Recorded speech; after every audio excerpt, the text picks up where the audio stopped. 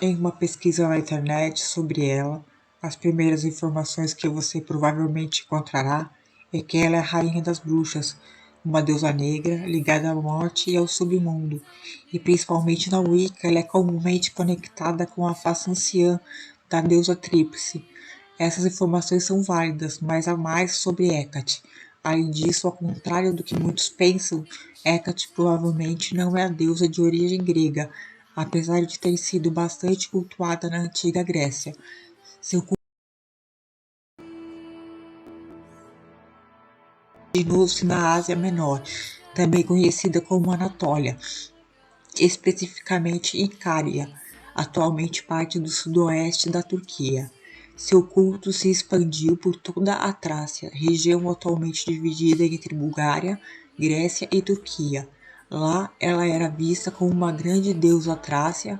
Seu culto foi levado à Grécia e possivelmente popularizado pelo poeta e músico Orfeu, por volta do século VII antes da era cristã. Alguns autores acreditam que ela tenha surgido até mesmo antes disso, no Egito, a deusa dos partos com cabeça de sapo ou até mesmo como Ísis, uma das principais divindades do panteão egípcio. Curiosamente, a palavra egípcia Eka representa a própria magia, força primordial presente na criação do mundo. É mais provável que seu nome venha do grego Ekan e significa a distância, aquela que atua de longe. A grafia Hecate com K é a tradução transliteral do seu nome em grego. Já Hecate ou Hecate com C é a latinização do seu nome. Desde o início do seu culto, a visão de Hecate mudou bastante e os estudiosos dividem-na em 3 fases, de acordo com a literatura disponível. Primeiramente, ela surge como uma grande deusa com atributos solares, ao invés de lunares, como é evidenciado atualmente, e conectada com a encruzilhada tripla. O retrato principal desse período é a Teogônia, sendo o texto mais antigo que sobreviveu sobre a deusa Hecate. É a filha única da união entre deuses titãs, Astéria, deusa das estrelas cadentes e divinações noturnas, e Pérsis, deus da destruição. Ela também é descrita como muito honrada entre os deuses imortais e até mesmo Zeus concedeu a ela parte do céu, na terra e no mar infecundo, seus 3 reinos. Ainda na Teogônia é descrita que a deusa oferece ajuda a quem ela quer, e muitos ela faz menores. Aqui ela é também conectada com o deus Hermes, e junto a eles aumenta o rebanho de bois, cabras e ovelhas. Por fim, Exildo nos conta que Hecate, desde o começo, é nutriz dos jovens, ligadas aos partos e às crianças.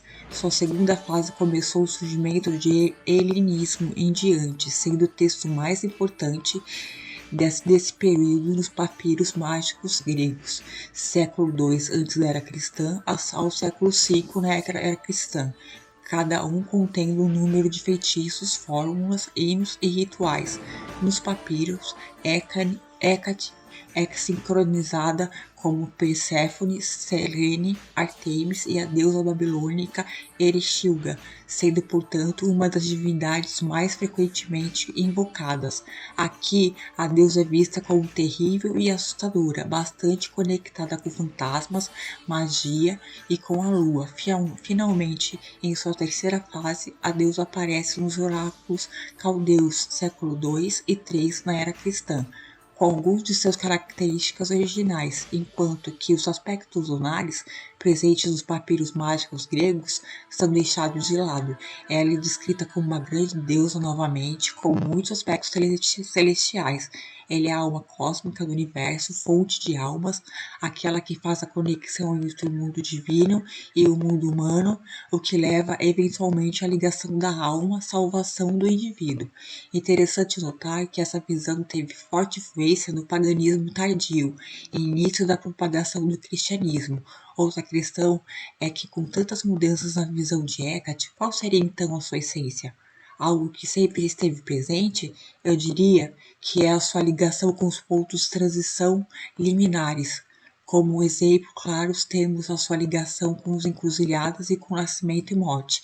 São lugares e momentos em que a passagem de um ponto ao outro não é uma coisa nem outra. Hecate é essa ponte entre os mundos. Ela está no meio. Isso também se reflete em suas ligações com a bruxaria, já que bruxas e bruxos se conectam ao mesmo tempo com o mundo físico e não físico, sobrenatural, energético. O que podemos ver com nossos olhos físicos só vemos com a visão interna, o terceiro olho. Outra evidência disso é que, apesar de ser uma deusa titânica, Hecate continuou sendo honrada pelos deuses do Olimpo, portanto, ela se conecta com o passado, o presente e o futuro. Eu vou deixar uma evocação de Hecate e 2 rituais referentes a ela. Qualquer dúvida, deixe nos comentários, se inscreva, curta o vídeo, deixe seu nome e a sua data de nascimento e 3 realizações para fazer o sigilo planetário. Eu mando por e-mail para vocês. E muito obrigada até agora. Reio, seja feita a minha vontade.